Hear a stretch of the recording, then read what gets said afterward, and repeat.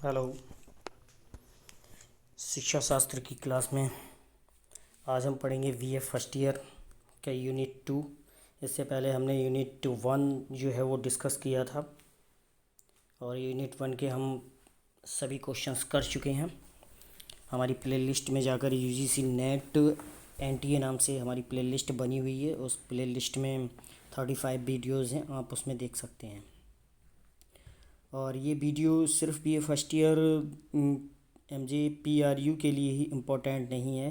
ये आपके UGC NET exams, CTET, super TET और एसटेट जो विभिन्न राज्य करवाते हैं उनके लिए भी इम्पोर्टेंट है। टीजीटी पीजीटी जो शिक्षा शास्त्र से एग्ज़ाम्स देते हैं उनके लिए भी कहीं ना कहीं ये महत्वपूर्ण होगा।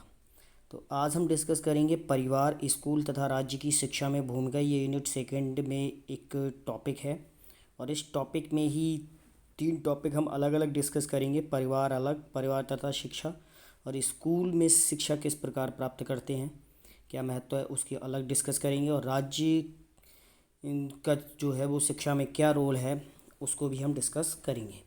तो आज का हमारा टॉपिक परिवार तथा शिक्षा। मनुष्य एक सामाजिक प्राणी है। ये किसने कहा था? अरस्तू ने कहा था। ठीक, किसने कहा था? अरस्तू ने। मनुष्य एक सामाजिक प्राणी है। समाज की प्रथम इकाई परिवार है। ठीक, समाज जैसे देखिए, ये देखिए, ये समाज हैं, विभिन्न प्रकार के समाज हैं। ठीक, और इन समाजों की मतलब जो प्रथम इकाई होती है वो क्या होती है? परिवार। ठीक, ये मान लिया ये परिवार हैं। इन परिवारों से मिलकर कौन बना है? समाज। ठीक, ये क्या है? समाज।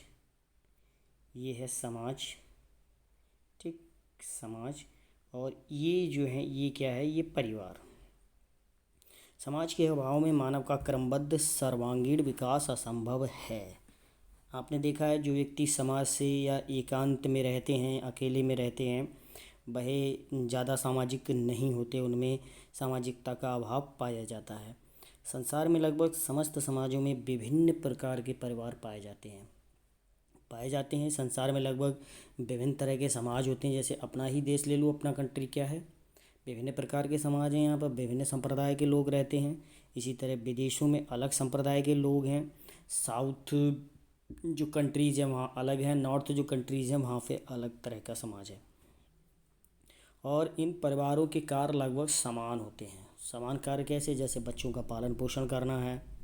सभी समाजों में सभी बच्चों का पालन पोषण करते हैं, वो अलग बात है। कोई अपनी संस्कृति के हिसाब से करता है, कोई अपनी संस्कृति के हिसाब से करता है। संस्कृति एवं देश के आधार पर कार्यों में विभिन्नता भी पाई जाती है। तो विभिन्न प्रकार की संस्कृतियाँ पाई जाती हैं पूरे वर्ल्ड में, होल वर्ल्ड में। और देशों के आधार पर भी कार्यों में विभिन्नता पाई जाती है। किसके? पारिवारिक जो कार्य होते हैं उनमें। परिभाषाएं डिस्कस कर लेते हैं। पेस्टोलॉजी ने कहा है घर शिक्षा का सर्वोत्तम साधन है, मतलब घर शिक्षा का सर्वोत्तम साधन या स्थान है, और बालक का प्रथम विद्यालय भी है। ये पेस्टोलॉजी ने कहा है। बहुत ही बड़े शिक्षा शास्त्री हैं ये। इन्होंने कहा घर शिक्षा का सर्वोत्तम स्थान है, मतलब उससे बढ़िया स्थान आपको मिल ही नहीं सकता। ठीक, और बालक का प्रथम विद्यालय है। प्रथम विद्यालय बालक का घर है।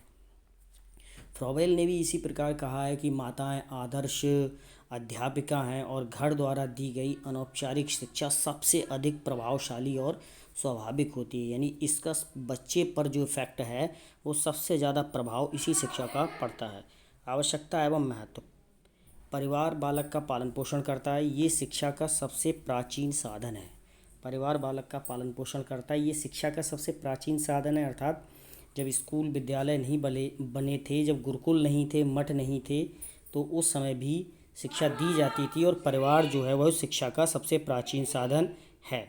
और बालक की प्रारंभिक जो पाठशाला है, बालक की प्रारंभिक पाठशाला या प्रारंभिक विद्यालय, जैसा कि पेस्टोलॉजी ने कहा था कि बालक का जो प्रथम विद्यालय है वह उसका घर ही है।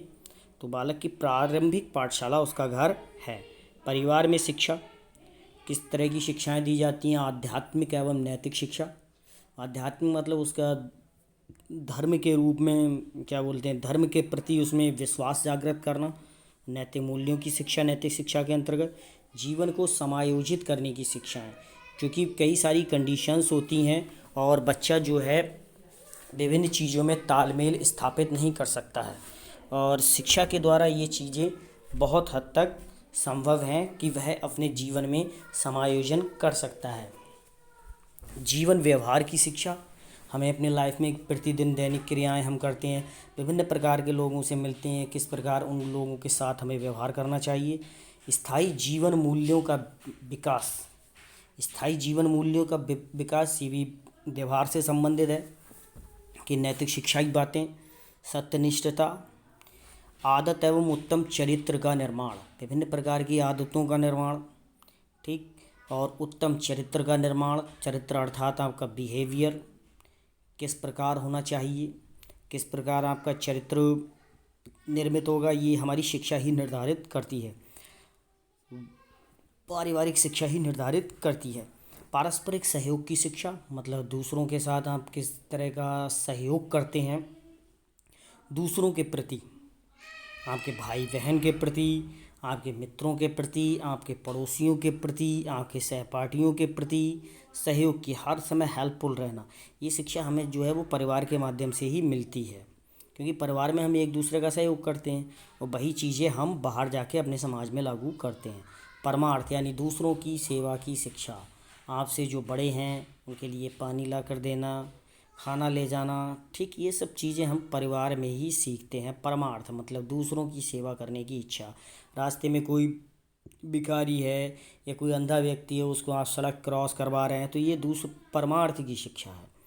आज्ञा पालन एवं अनुशासन की शिक्षा, आज्ञा पालन, हमें बड़ों की आज्ञा करनी चाहिए, ठीक है, ये सब चीज़ें हमें जो हैं वो परिवार में ही सीखने को मिलती हैं। और अनुशासन की शिक्षा, डिसिप्लिन, मेन चीज़, परिवार में शिक्षा हम प्राप्त करते हैं तो डिसिप्लिन हम सीखते हैं।